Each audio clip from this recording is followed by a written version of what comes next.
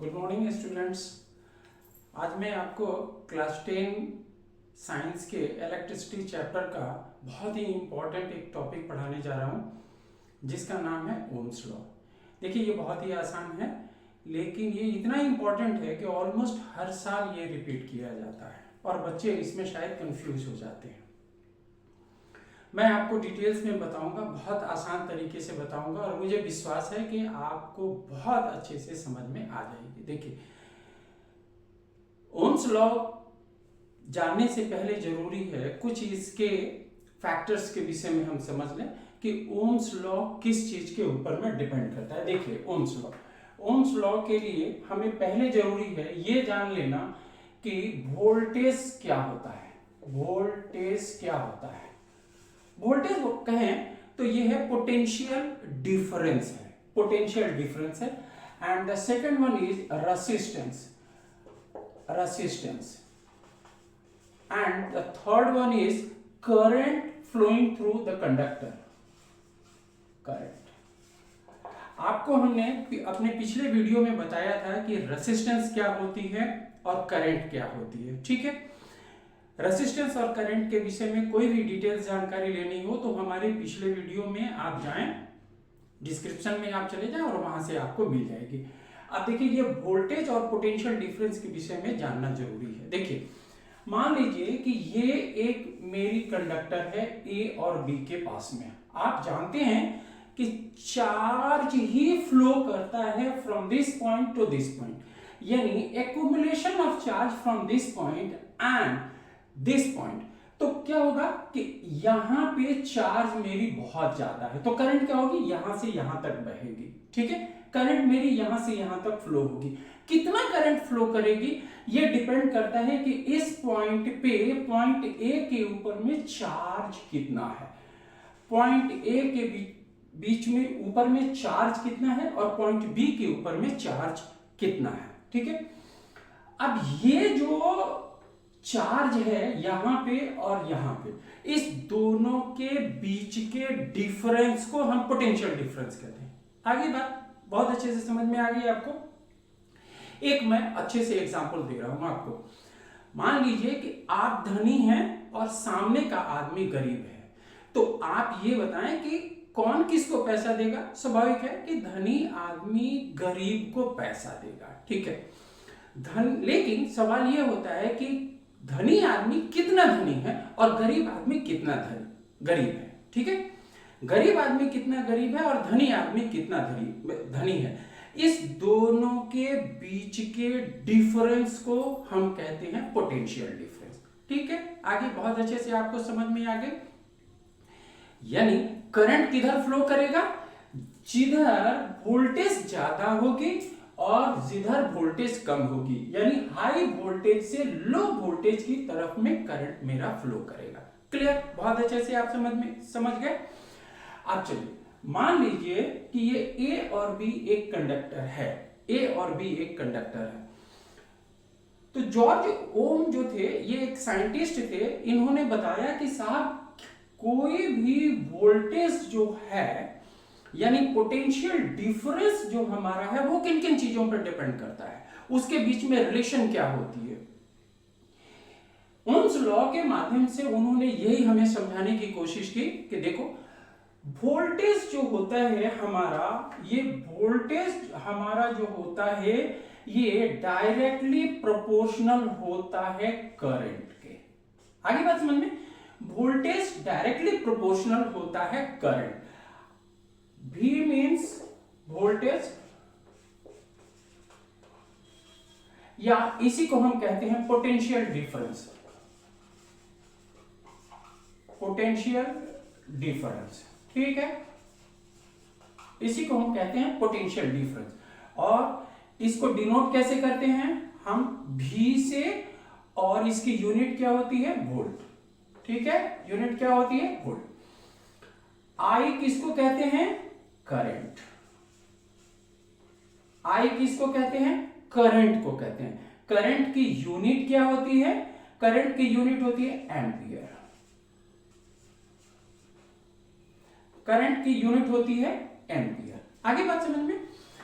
तो according to Ohm's law, Ohm's ने कहा कि देखो जितनी मेरी वोल्टेज बढ़ेगी उसी के प्रोपोर्शन में मेरा करंट बढ़ेगा, जितनी वोल्टेज आप घटाएंगे उतनी ही मेरी करंट घटेगी।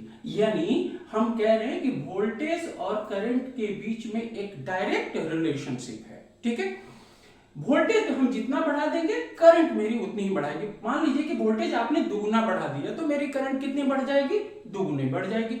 वोल्टेज को आपने हाफ किया, करंट मेरी हाफ हो जाएगी। ठीक है, क्लियर है।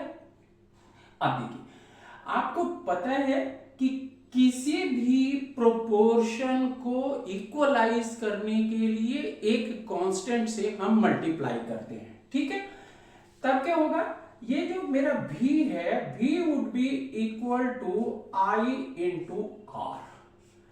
v is equal to I into R. अब ये R क्या है, R रेसिस्टेंस हुआ,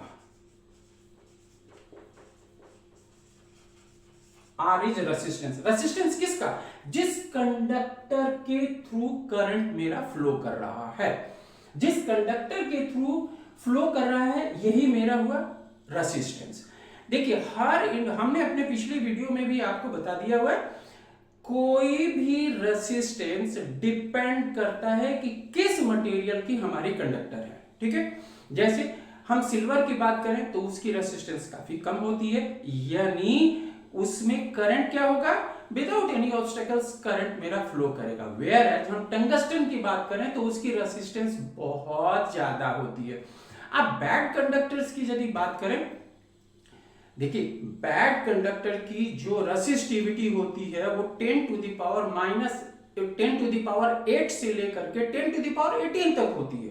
क्योंकि वो बिल्कुल ही करंट को फ्लो नहीं करने देता है, इसलिए उसको हम बैड कंडक्टर कहते हैं। ठीक है, तो आपको समझ में आ गई V equal to I into R. अब हम ऐसा भी तो लिख सकते हैं, मान लीजिए कि हमको करंट निकालना हो तो क्या कहेंगे, रेसिस्टेंस डिवाइडेड बाय V। यह भी हम कर सकते हैं। मान लीजिए कि हमको R निकालना हो, रेसिस्टेंस हमको निकालना हो, हमें वोल्टेज दिया हुआ है और करंट दिया हुआ है, एम्पियर दिया हुआ है, तो क्या करेंगे, रेसिस्टेंस हमको निकालने के लिए क्या करेंगे, R is equal to V upon I। ठीक है, ये तीन लॉ आप याद रखें, ये तीन लॉ आप याद रखें, आपको इलेक्ट्रिसिटी की सारी चैप्टर्स समझ में आ जाएगी, सारी आपको प्रॉब्लम समझ में आ जाएगी। चलिए, ये तो हो गया कि हमने आपको बता दिया कि जितना वोल्टेज आप बढ़ाएंगे उसी के रेशियो में मेरी करंट बहेगी। ठीक है, चलिए अब मैं आपको इस रिलेशनशिप को ग्राफिकली समझाने की कोशिश करता हूं। ग्राफिकली इन चीजों को समझाने की मैं कोशिश करता हूं आपको। देखिए, किसी भी चीज को यदि आपने ग्राफिकली समझ लिया तो समझ लीजिए कि आपकी उस पर कमांड है। ग्राफ से किसी भी चैप्टर्स की स्टडी बहुत ही आसान होती है। ठीक है, यानी आप इलेक्ट्रिसिटी लें, साइंस की कोई भी चैप्टर लें, आप इकोनॉमिक्स पढ़ें, आप पॉलिटिकल साइंस पढ़ें, किसी भी डाटा को हम ग्राफिकली रिप्रेजेंट करके उसको आसानी से समझ सकते हैं और समझा भी सकते हैं। ठीक है, चलिए अब मैं आपको बताता हूं कि ये जो ओम्स लॉ है इसको ग्राफिकली कैसे हम शो करेंगे। देखिए, मान लीजिए कि ये एक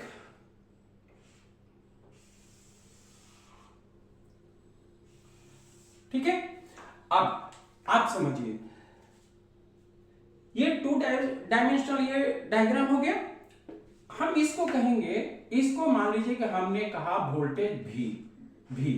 ठीक है, ये हमने कहा वोल्टेज मेरा हुआ, और इसको क्या करेंगे, ये मेरी करंट हो गई, करंट, ये मेरी वोल्टेज क्या हो गई, करंट, ये मेरी वोल्टेज हो गई और ये मेरी क्या हो गई, करंट हो गई। आगे बात समझ में, ये मेरी वोल्टेज है और ये मेरी करंट I है। जब हम इस y एक्सिस को हम वोल्टेज मान लेते हैं और x एक्सिस को हम करंट मान लेते हैं तो क्या होता है हमारा, ये देखिए, ये स्ट्रेट लाइन ये शो करता है हमारा क्या, relationship between voltage and current. ठीक है, ये स्ट्रेट लाइन शो करता है, यानी आप देखिए, मान लीजिए कि यहां पे आपका ये मेरी वोल्टेज है, तो मेरी करंट क्या हो गई, ये देखिए, ठीक है। आप देखिए अभी 0 0 कोऑर्डिनेट है, 0 0 से हम मान लीजिए कि इसको 1 पे लेकर के गए, तो ये क्या हो गया 1।